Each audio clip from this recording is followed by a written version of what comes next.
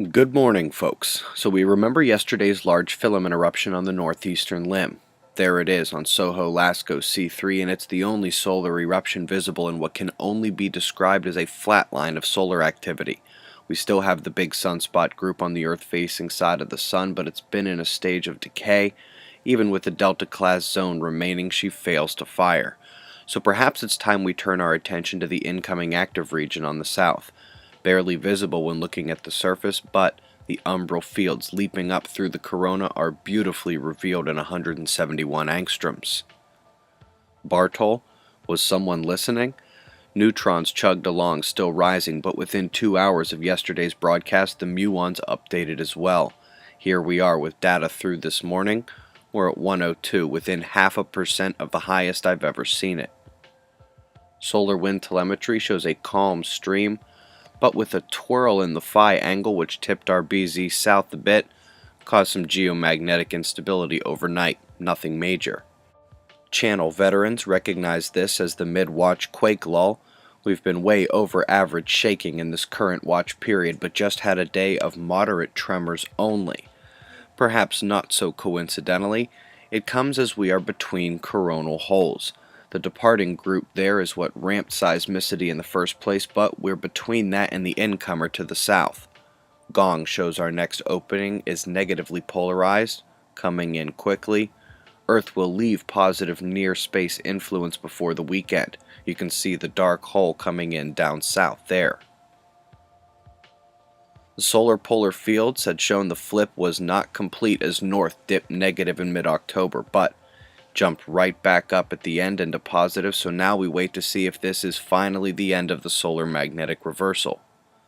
Update to Rosetta, linked for you below with some science findings. The comet is much harder than they anticipated. Read the update to learn more about the tests and results. I was pretty excited when I began reading this article about monitoring the solar wind interaction with the atmosphere, but my heart hit my feet when I got to the part about how they're just spraying more crap up there. Last year it was aluminum oxides from sounding rockets, and now it's barium and strontium. A cold weather emergency was declared in Washington, D.C., and I guess it's about time to update the weather records. We're starting with the daily records from NOAA. Last 7 days has been dominated by cold, pushing the year-long trend even further in cold's direction. Some of these numbers absolutely dwarf the corresponding heat records. Monthly records show about the same deal as the dailies, along with the all-time record marks, which are actually a bit more of a balanced picture. Climate extremes, back and forth. Still monitoring the Indian Ocean cyclone. The dip south is about to be a hook west towards land in the next day or so. We'll also eye a new storm in the South Pacific, approaching Chile over the next couple days. That low at the west coast has begun to crest onto land and will bring much needed precipitation out there, some freezing rain and snow further north. Meanwhile, we finally begin to get a little break from the bitter cold the next few days, even if only slightly.